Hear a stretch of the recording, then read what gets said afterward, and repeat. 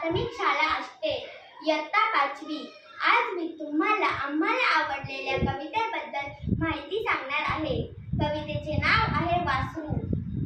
कवी अनिल यांनी लिहिलेली ही एक सुंदर कविता आहे। या कवितेमध्ये एक वासरू दिवसभर रानामध्ये हुंदडते। संध्याकाळी अंधार पडताच त्याला आईची आठवण येते। या कवितेमधून बाळाची आईबद्दलची ओढ वासरू या प्रतीकातून व्यक्त झाली आहे। ही कविता वाचताना समजून घेताना आमचं मन गहिवरून आलं होतं।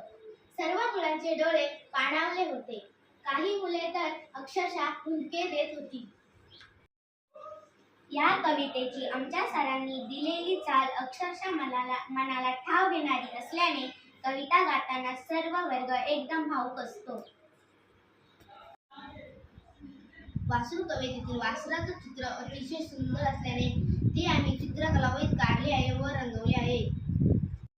कविता एवढी सुंदर आहे की तिच्या प्रश्नांची उत्तरे आम्हाला सहज देता येतात।